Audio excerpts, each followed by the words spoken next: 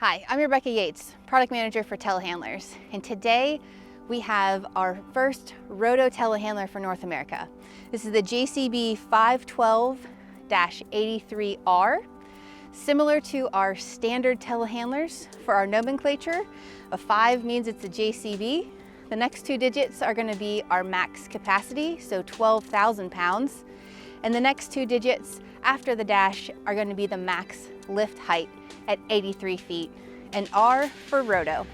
So this machine does a full 360-degree rotation, and it's got 4 scissor outriggers, 145 horsepower JCB EcoMac engine, a 2-speed Rexroth hydrostatic transmission. As we start here at the front of the machine with the standard carriage and forks.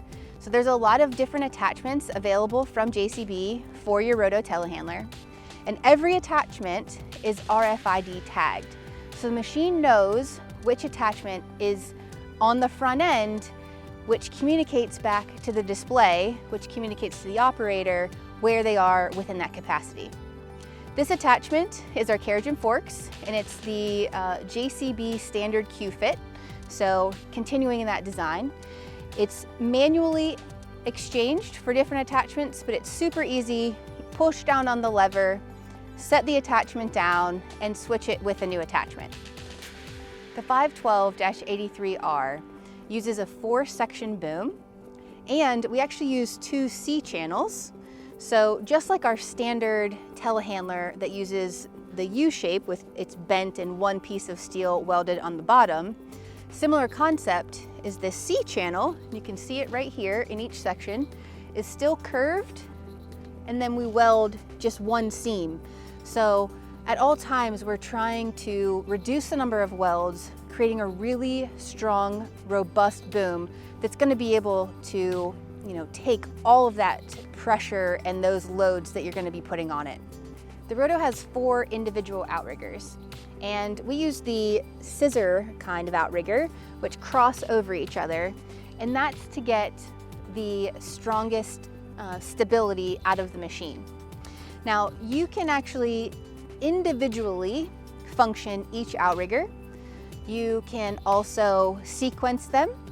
You can do 2 at a time, 3 at a time. If you were up against a building and wanted to only extend outriggers on one side of the machine.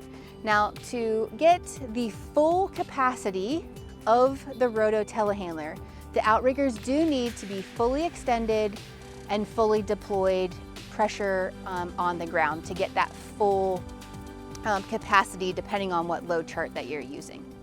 The other thing that it's good to remember is that as these outriggers are, this one has been extended, when we bring this in, the outrigger stops right here and we're able to go straight down with the outrigger. So the outrigger is not going to go any further beyond that width of the machine to keep it working in a single lane. So you've really got a lot of good benefits with the functions of the outrigger on the Roto. The 512-83R is powered by a 145 horsepower JCB EcoMac engine. So that does mean it requires DEF, but it does not have a DPF filter. You can see here that all of our access to our filters and any of our fill points, easy to get to, so serviceability is going to be very easy. You'll also notice that we have a large commonality of parts. Because we're using the JCB engine and a lot of other common pieces, you're going to be able to keep your total cost of ownership low. This also uses a 2-speed hydrostatic Rexroth transmission. So you've got those 2 speeds to make sure that you can get in and around job sites with ease, with a max speed of 25 miles per hour. And still sticking on serviceability for a second, as it is easy to access everything, there also is a grease bank in order to make sure that the turntable for slewing is always serviced properly. As we work our way here to the rear of the machine, whenever we get around the back of the machine, we do always want to think about and talk about visibility. You always want to make sure that you can see all around the machine. So it has a lot of mirrors on the side and then in the back here and on the cab side.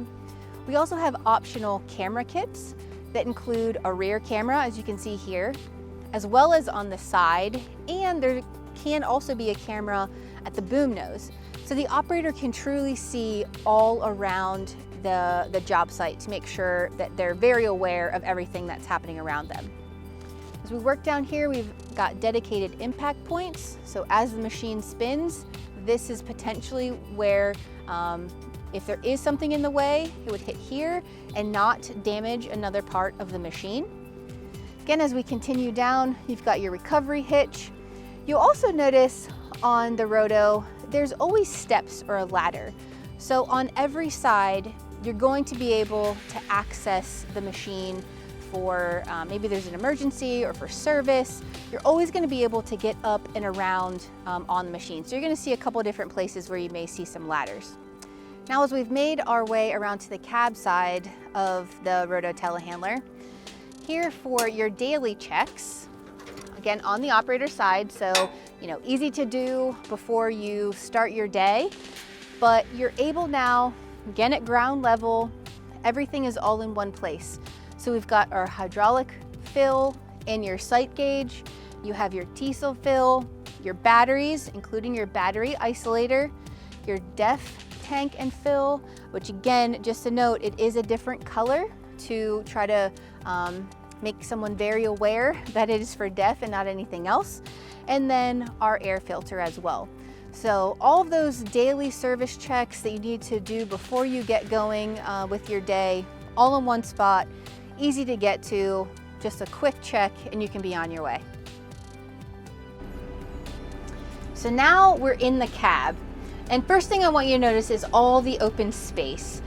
This is the same cab as we use on our standard telehandlers, so you're going to be familiar. Everything's going to feel very familiar.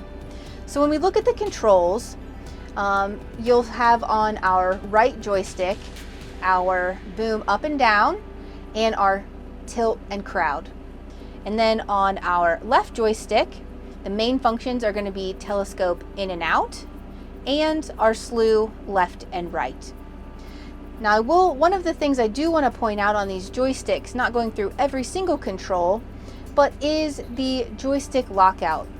So before the machine will recognize a joystick function, the operator is going to need to press this button just for a second and then engage in the boom functions. This is to make sure they don't accidentally hit a joystick when you didn't mean to. Here you can see on this keypad the outrigger controls, so you can individually do each outrigger as you want to do them controlled, and here are buttons to do that. Then as you move down, you've got our auto functions, auto deploy and auto retract, auto level. We've got our frame sway, axle lock, and our engine RPM. Now the control here behind it is going to be for our display, and we'll get to that in just a minute. And right behind the operator's elbow is going to be the slew lock. So usually used for transport, you want to make sure that the boom is locked in place. Otherwise, it will be up like this so the Roto can spin all the way around. And now we'll look at the display. Now there's a lot of information on the display, and there's a lot of information available to you as the operator to make sure you understand all of the information. But as we look at this display, it includes our profile, what it's been set at. Here's our load management system, which would go from green, yellow, red. We know what attachment is included on the machine right now, and that's what will change dynamically. If you change the attachment, or if you change the outrigger position, or if you change the boom, that's going to tell the operator if they're working in a safe envelope. We've got our slew, so you can see right now that we're actually turned 33 degrees. You've got all of your boom positions, and actually this shows here in metric, but it's easy to change to imperial. And then in this lower area is each outrigger has its own display, so you can see, as we had shown, that the front outriggers are fully deployed and down, and our rear ones are fully retracted. And then right here in the center, you can see the level of the machine. So again, there's a lot of information available to the operator to make sure they're working in the right envelope. But it's also, once you get a little bit of time to sit in the machine and really understand the functions, it's very familiar for any operator to really get in and be able to work efficiently.